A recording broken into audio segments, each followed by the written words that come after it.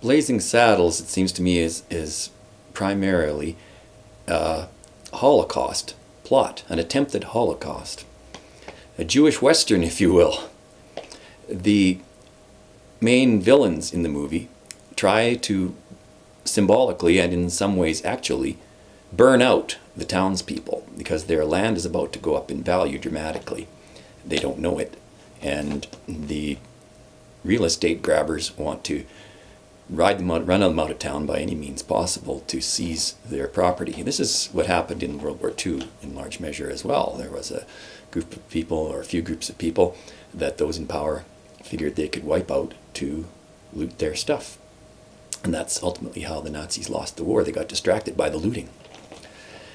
So there are lesser versions. I don't think it's completely accurate to call what happened in World War II the Holocaust, because there are more subtle versions, more chronic rather than acute versions of it that go on even in today, and which were the subject of what happened in 1974 when the movie came out, even though it was ostensibly about 1874. 1974 was a time when people's real estate was starting to go up a lot because of inflation.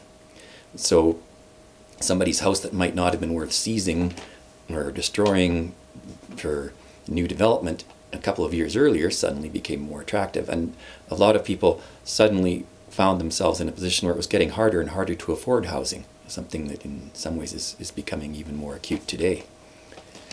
So there are a lot of definitions of the word blaze and saddle that mean a lot more than what meets the eye. Blaze is a particularly religious word.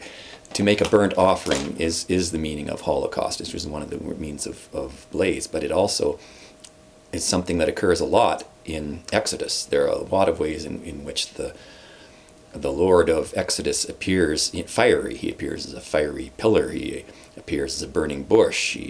He's shown in the movie, at least, the Ten Commandments, blazing the commandments onto the stone. And there are comments on this in some ways in the movie. To blaze in the manner of one of the main characters is to be the first to do something, to blaze a trail, so to speak. And that saddles the person with a burden, a responsibility. It can be the hard thing to do, to be the first one to do something. And in this way, he takes on quite a difficult task. The movie in some ways is the reverse. It's a comedic version of a movie which came out just the year before, 1973, with Clint Eastwood, a spaghetti western called High Plains Drifter, which was another sort of blazing, and the whole town has turned into a version of hell because they didn't support their sheriff, much in the same comedic way that the people in Blazing Saddles initially don't support their sheriff, but he luckily survives it.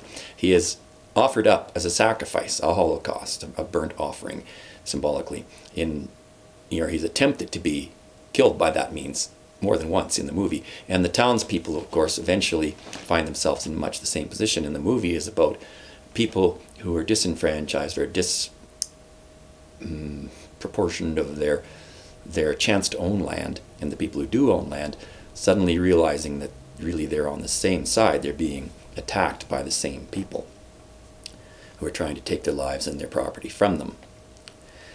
Now, when the intended victims, the intended sacrifices, try to fight back, that's when one of the meanings of the title comes into play. A saddle is something that's a pair of loin cuts of meat, usually lamb, mutton, or venison, according to the dictionary definition that I looked up online. And this is something that comes up quite easily in a Google search. There are several barbecue restaurants called Blazing Saddles. So when you cook your saddles on the grill, you are blazing them. And even today, that's an echo of an old Hebrew custom, in that the men were the ones who made the religious offerings, the burnt offerings to the god. It wasn't something that women did. And even in households today, there's this faint echo of this, in that when it is usually the women's job to make the meals, the men take over when there's barbecuing, burnt offering to be done. Another meaning of blaze is to fire indiscriminately, including to shoot. And the townspeople eventually do this. They become the Blazing Saddles. They are initially offered up like cuts of meat to be burnt up and offered to a malevolent God, Bible malevolent people in this case, and they turn the tables and they fire back at their oppressors and their attackers, and they fire back somewhat indiscriminately, so they become saddles who blaze. It's a very strange way of thinking of meat as something that shoots back, but that is, it seems to me, part of the foundation of the comedy, even though when you just laugh at something you might not think of what it means, and that is the way that comedy in some ways can become manipulative, media manipulative, in that it relies on not letting people know what the source of it is, what the meme or the underlying theme is that is being drawn upon to make people laugh. And when that happens, if you don't look at the source, sometimes you can be led down some strange paths.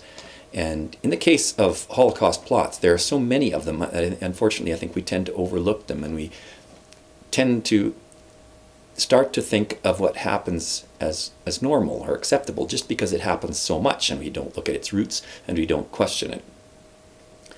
Now that's why I'm trying to bring this more to light, because the mechanisms, these plots, these underlying stories that people just tend to start accepting as normal are the basis of some highly organized and vicious criminal acts. And Holocausts don't have to be obvious or acute. They can happen just a tiny amount at a time, just a little bit of burning at a time that gradually gets worse and worse, and then ends up doing horrific damage to millions upon millions of people, which economically is something that's happened in the last few years. To blaze is also to achieve something in an impressive manner.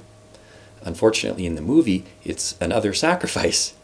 The townspeople make a heroic effort to build something which they then offer up as yet another sacrifice, as bait, so that they can then sacrifice the people who come to take the bait.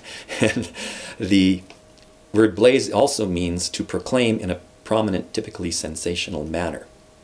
And then the movie at the end gets into the whole idea of media manipulation again, in that just by doing something that blazes and is spectacular, you attract attention, but perhaps you're just perpetuating, in some ways, the theme that caused all the trouble in the first place. So this is something that was quite relevant when the movie was made to 1974, and is of course still quite relevant today, and something we have to think about in the role of art in trying to build a less violent society, and that we don't respond to attempts to burn down our town, literally or figuratively, by simply burning back, or doing the burning for the people who set out to cause all the damage.